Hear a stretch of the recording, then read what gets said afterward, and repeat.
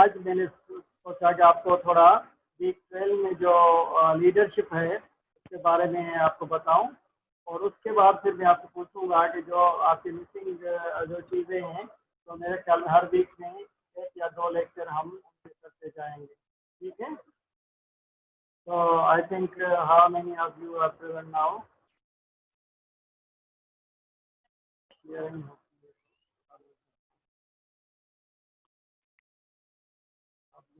Sharing screen को बंद करता हूँ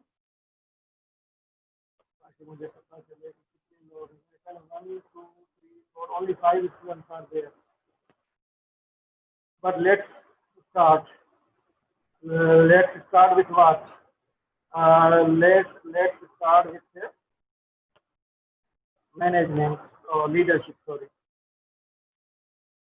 So what do you mean by leadership?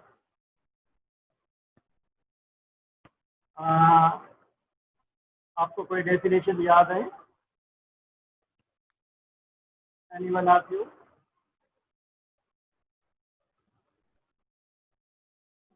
No? कोई एक बोले ताकि मुझे पता चले कि आप लोगों को आवाज आ रही है। और ये एक म्यूट कर दे ताकि पता चले। Okay ma'am. सर आवाज बहुत स्लो आ रही है आपकी। आवाज स्लो आ रही है? Yes sir. अब सही है? Yes sir, yes sir. Okay, so I was asking what is leadership? So leadership is a quality of a person that influences others. Okay, a person who influences others, that is known as a leader. A leader is a person who asks others to work for them, and he only does not ask the persons to work for them, but he behave in a way that others accept him, and with his behavior, with his active participation, others always listen to him. It is a leader. So it's a quality of a leader to motivate others. So a good leader always motivates others. Now you have seen many people, even in your surroundings, in your friends, in your family, some people are very good to you, and you agree with every of their thing. Means you agree with that point that they say to you. Sometimes they give even orders to you people, but you obey them. It is called a leader. Some leaders are born leaders, and some leaders are made leaders. So it is a leader who influences others in an organization, even at a home. So it is called a leader. Now, what things should be in a leader? There are many things which a leader must have, but there are some things which a leader must have which are essential for a leader. The first is he is active listener. So when you will listen others, this is a very good quality of every good person, that he is a better listener. कई लोग आपको daily life में मिलते होंगे जो सिर्फ बातों नहीं होते हैं, वो अपनी पॉइंट ऑफ व्यू बताते हैं, and you don't like them. Is it fact? In daily life, in organizations, and in daily gatherings, that there are many people who don't bother about you, but they only tell their things. They are not liked, they are not followed. Okay, only those are good friends who listen others. Only those are good leaders who always listen others. So the person who is good listener, he or she can be a good leader. Always take care of the matters of others, always listen to others, always give advice to others. In that way, you will be followed. In that way, you will be cared, and in that way, you will be loved. So this is a quality of a good person. That's a quality of a successful person, and that's a quality of good friend, and that's a quality of good leader. And those persons are followed well who listen well. So that was the one main, you can say, skill of a good leader. Number second would be consciousness. So what we mean by consciousness, have you heard this word? Let me to ask from someone. Consciousness. Aves? Do you know? Aves? No? Shamimara? Hello? No? Safina? Yes, sir. The consciousness. Okay. Dinar? Hello? Yes, sir. Sir, consciousness means to be aware or to be active that what is happening around. Exactly. Very good. Very right. Aware.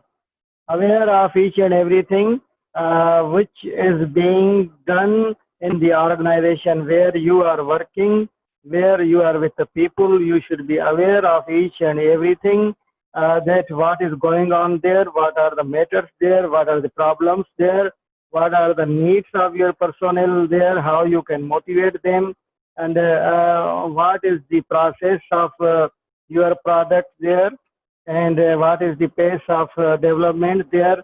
That is awareness. A good leader always should be a good conscious person in the organization. Empowerment. Empowerment. What we mean by empowerment?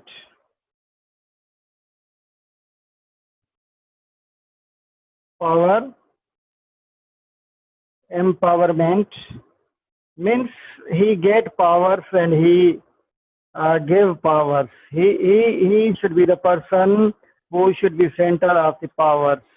Empowered, he should be empowered, and he also should delegate his powers to others. Means he should possess authority, and he should also delegate authority to the others. He should have power to do something, and he must delegate some powers to others for what? To do something. Okay. The next one is the effective communication. Now this is a very easy term. What we mean by effective communication? Effective communication. Yes?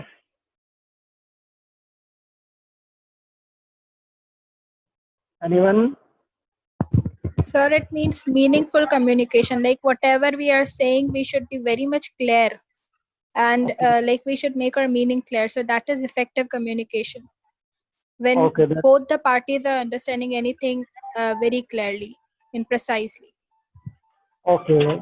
Now, in organizations, there are many type of communication.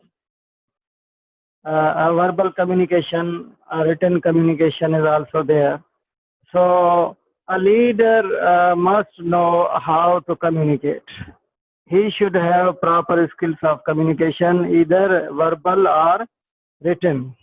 So in organizations, many orders, many instructions come in written type of communication. So a leader must know how to communicate with subordinates, and how to communicate with clients, and how to communicate with other government organizations or other financial type of organizations. So communication written as well as communication in verbal, these are very important skills for a good leader. A good leader must talk to others. A good leader must understand to others, and he properly give the instructions, he properly give the orders, and he listen to others, not only verbal, but in written also. So these are the qualities of a good leader. Next is Consistency. So consistency, what we mean by consistency?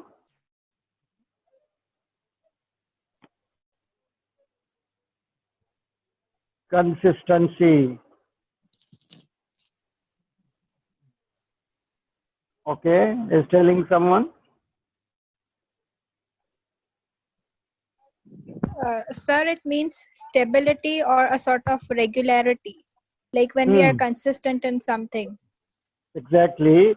Means continuity in some task, continuity in some activity, continuity in some task. That is consistency, means continuity. Now, continuity in terms of decisions, continuity in terms of function, continuity in terms of activities, continuity in terms of, you can say, your production, and in all other things. So, continuity, there is a leader who, after every day or after every third day, change the decisions. So, it is not consistency. Consistency is what?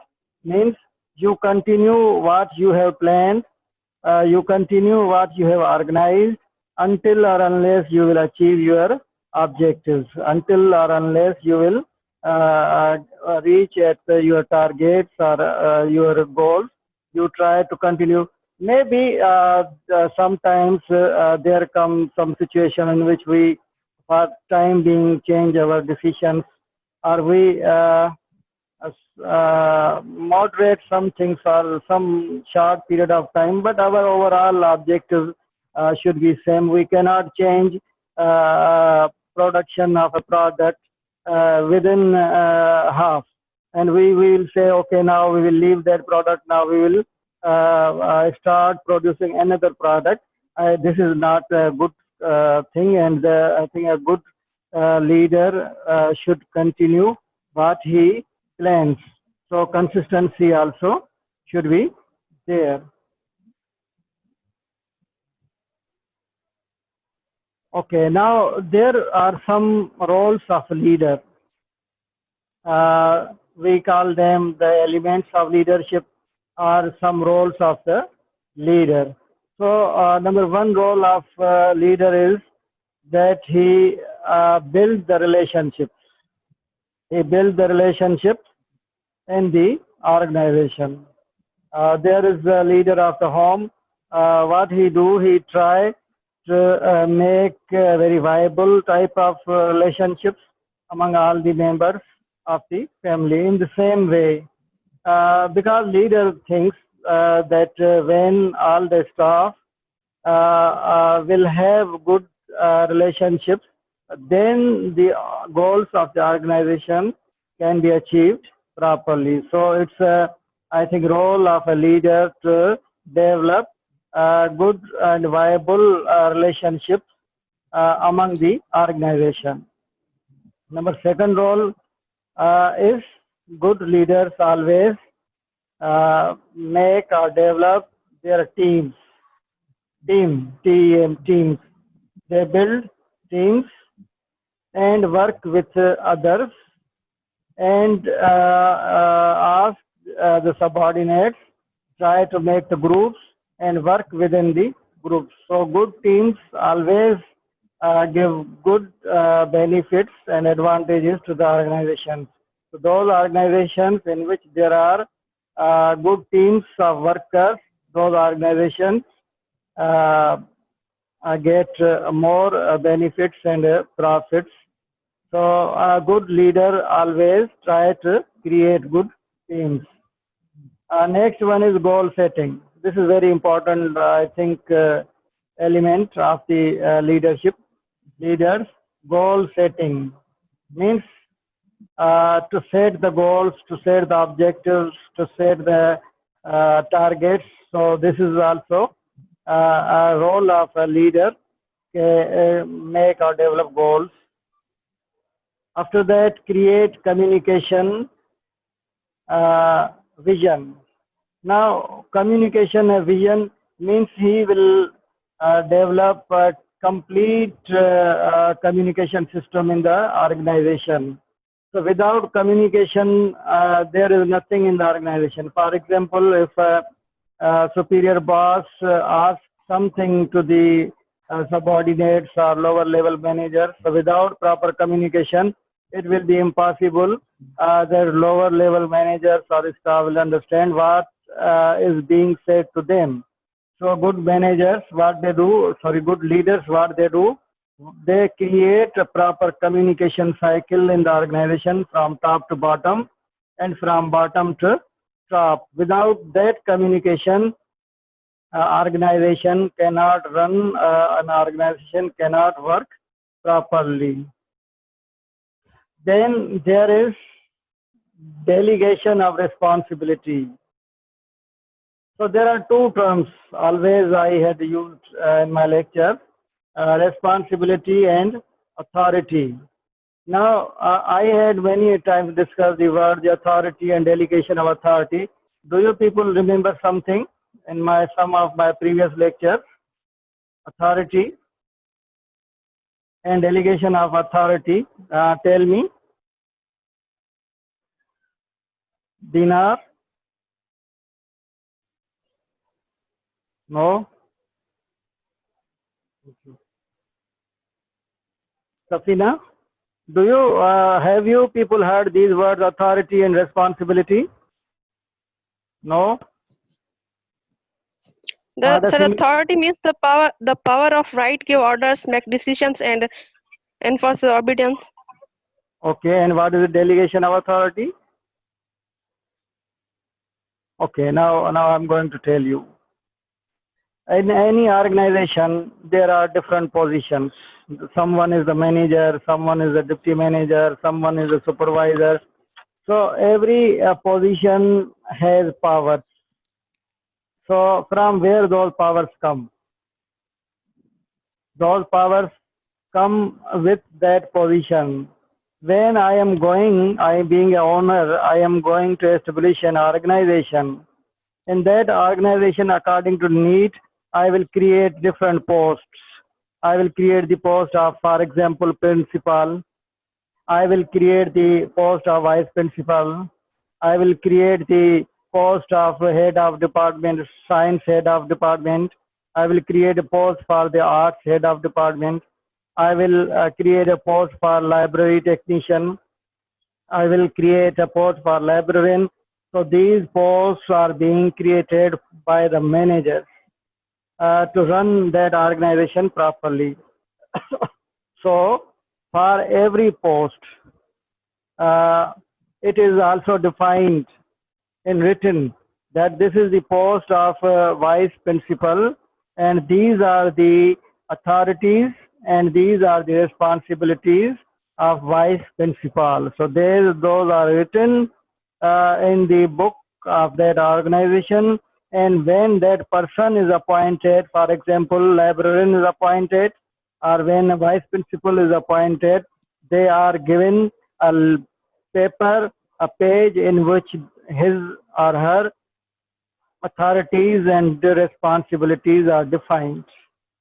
Okay, now these authorities are not that person's authorities for life long. No, those authorities are with that seat. Those authorities and responsibilities are with that position. So up to, for example, that person is working there for 10 months or 12 months, then he will exercise his powers. When he will leave that seat, there will be no power. So those powers are given to them by virtue of their positions. For example, there is a director, deputy director of any organization. He will not exercise all the powers till all his life. No. Up to that day, up to when he is on that seat, he is appointed at that seat, he will exercise those powers. So those powers are with him according to the virtue of that position. These are his powers. there is educational hierarchy in our province. It starts from secretary education. Secretary education has all the powers, but he or she delegates some power for time being to his junior officers. Now, their powers come from top to the bottom. Secretary is the chief executive, so he gives some of his powers to, for example, director education. That director education would be able to take care of the schools of his division. Again, director education assign some authority to his deputy director to take look after the schools or colleges of some particular district. So in this way, those powers from the secretary come to the principal or head of the school from top to bottom. So authority comes from top to bottom. I think you would be memorizing perhaps a previous lecture. And sometime in very start, I had given you some of the lectures in which I had discussed these things also. Maybe you were there or not. That is another point. So that is the power. And we delegate those powers to our lower level managers, our lower level officers for the performance of some particular job. So this is power. So with the power, there is responsibility also. So responsibilities are also delegated, but responsibilities goes from bottom to up. A teacher is responsible to the head. A head is responsible to the DO. DO is responsible to the director. Director is responsible to the secretary. For some tasks, for some works. So in every organization, these type of hierarchies are run. Okay, next one is the decision making. The main role of the leader is decision making. So I think all of you know that what we mean by decision and decision making. So this is very difficult thing. Okay, when and what type of decisions should be made? There are no hard and fast rules that at what place you can take a particular decision or not to take a decision. No, it is totally time-based and situation-based decision that what type of decision you have to take at that a particular situation. So we cannot tell a person, manager or a leader, what type of decision at what stage they should have to take. So it depends upon the skill, upon the quality of the leader, and the vision of the leader, that what type of decision he is going to take for his or her organization.